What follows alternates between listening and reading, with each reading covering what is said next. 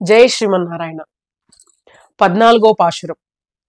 உங்கள் புழை கடை தோட்டத்து வாவியுள் செங்கழு நீர்வாய் நெகிழ்ந்து அம்பல்வாய் கூம்பினகான் செங்கல் பொடி கூரை வெண்பல் தவத்தவர் தங்கள் திடுக்கோயில் செங்கிடுவான் போகின்றார் எங்களை முன்னம் எழுப்புவான் வாய் பேசும் நங்காய் எழுந்திராய் நானாதாய் நாவுடையாய் செங்கொடு செக்கரம் ஏந்தும் தடக்கையன் పంగయక్కన్ నానై పాడేలో రెంబావాయ్. వేద విభూషణ శ్రీమాన్ డాక్టర్ కందాడై రామానుజాచార్యుల వారి తిరుప్పావై పాసవ వ్యాఖ్యానం. మీ ఇంటి పెరటిలోని తోటలోని బావిలో ఎర్ర తామరలు వచ్చాయి, నల్ల కలువలు ముకుళించాయి. ఎర్రని జేగురు రాళ్ల పొడితో రంగు అద్దబడిన కాషాయ వస్త్రాలను దాల్చి తెల్లని పలువరుసగల సన్యాసులు తమ దేవాలయములకు కుంచకోల పట్టుకొని ఆరాధనకై వెళుతున్నారు. మమ్ములను ముందుగా లేపదనని మాట ఇచ్చిన పరిపూర్ణురాలా, లేచి వచ్చి మా కొరత తీర్పుము. సిగ్గులేనిదానా, మాట నేర్పుగలదానా, లెమ్ము. శంఖ చక్రాలను ధరించిన విశాల బాహువులు గల పుండరీకాక్షుని కీర్తించుటకు రమ్ము. ఈ శరీరమే ఒక తోట. చైతన్య ప్రసరణ మార్గమగు నాడీ మండలము వెన్నుపూసలో ఉంటుంది. అదే దిగుడు బావి. తామర పువ్వులనగా నాడీ చక్రములు, మూలాధారము, స్వాదిష్టానము, మణిపూరము, అనాహతము, విశుద్ధము, ఆజ్ఞాచక్రము, సహస్రారము. కలువులనగా ఇంద్రియాలు, ఇంద్రియములు ముడుచుకొనినవి. కలువులనగా ఇంద్రియములు, ఇంద్రియములు ముడుచుకొనినవి. ఇచట తోట అనగా అష్టాక్షరీ మంత్రము. ఇందు మధ్యలో కల బావి నమః అనునది. తామర పువ్వు అనగా పారతంత్రియము, కలువ పువ్వు అనగా స్వాతంత్ర్యము, జేగురురాయి అనగా విషయములందు రక్తిగల మనసు. విషయ రాగమే ఎరువు. భగవత్ పారతంత్ర్యమును తెలియుటయే పొడి చేయుట. భగవత్ సంబంధము గల పదార్థములందు కలుపుట, నీటిలో కలుపుట.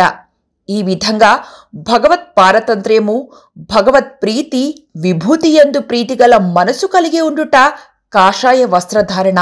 తెల్లని పలువరుస ఆహార శుద్ధిని సూచిస్తుంది, వాక్శుద్ధిని కూడా. సన్యాసులనగా ప్రపన్నులు. తమకు కలిగిన భగవద్ అనుభవమును దాచుకొనక పరిపూర్ణంగా శిష్యుల కొసంగుటే సిగ్గు లేకుండుట. భగవద్ అనుభవమున పరిపూర్ణత శిష్యులకు మనోరంజకంగా బోధించగలుగుటే మాట నేర్పు. శంఖమనగా ప్రణవము, చక్రమనగా సుదర్శనము, భగవంతుని స్వరూపమును చక్కగా చూపునది. కుంచకోల అనగా ఆచార్య జ్ఞానముద్ర. జ్ఞానముద్ర అనగా చూపుడు వేలు బొటనవేలుతో చెరియుండుట, 3 వేళ్లు దూరంగా ఉండుట. బొటనవేలు భగవంతుడు, చూపుడు వేలు జీవుడు, 3 వేళ్లు గుణత్రయము. గుణత్రయమునకు దూరమైననే జీవుడు భగవంతుని చేరును.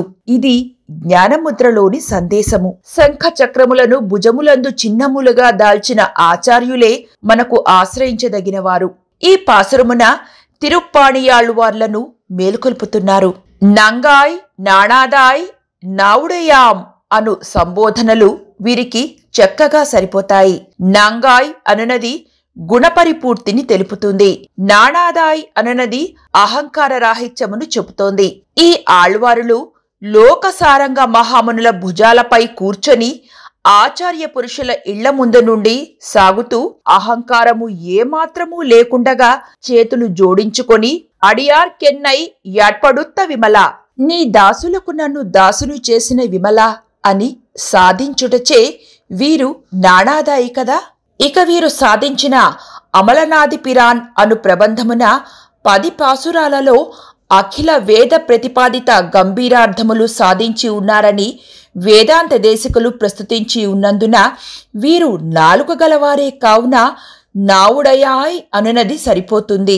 ఇక ఎంగళై మున్న ఎళప్పువాన్ అను దానిలో భాగవతులను మోసుకొని పోవుట అను విలక్షణార్థము ధ్వనిస్తోంది. కావున వీరికి సమన్వయమగును. ఇక ఇచట గురు పరంపరా వాక్యమున శ్రీమన్నాథమునియే నమః అని అనుసంధానము చేసుకోవాలి. వీరు నావుడయాయ్ అనగా నాలుక బలము కలవారు. కణ్ణినున్ శిరత్తాంబును జపించి నమ్మాళ్వార్లను ప్రసన్నులను చేసుకొని నాలాయిర దివ్య ప్రబంధమును పొంది దివ్యముగా గానము చేసి చేయించి లోకమున వ్యాపింపచేసిన మహానుభావులు కావున వీరు నావుడయాయి కదా. జై శ్రీమన్నారాయణ.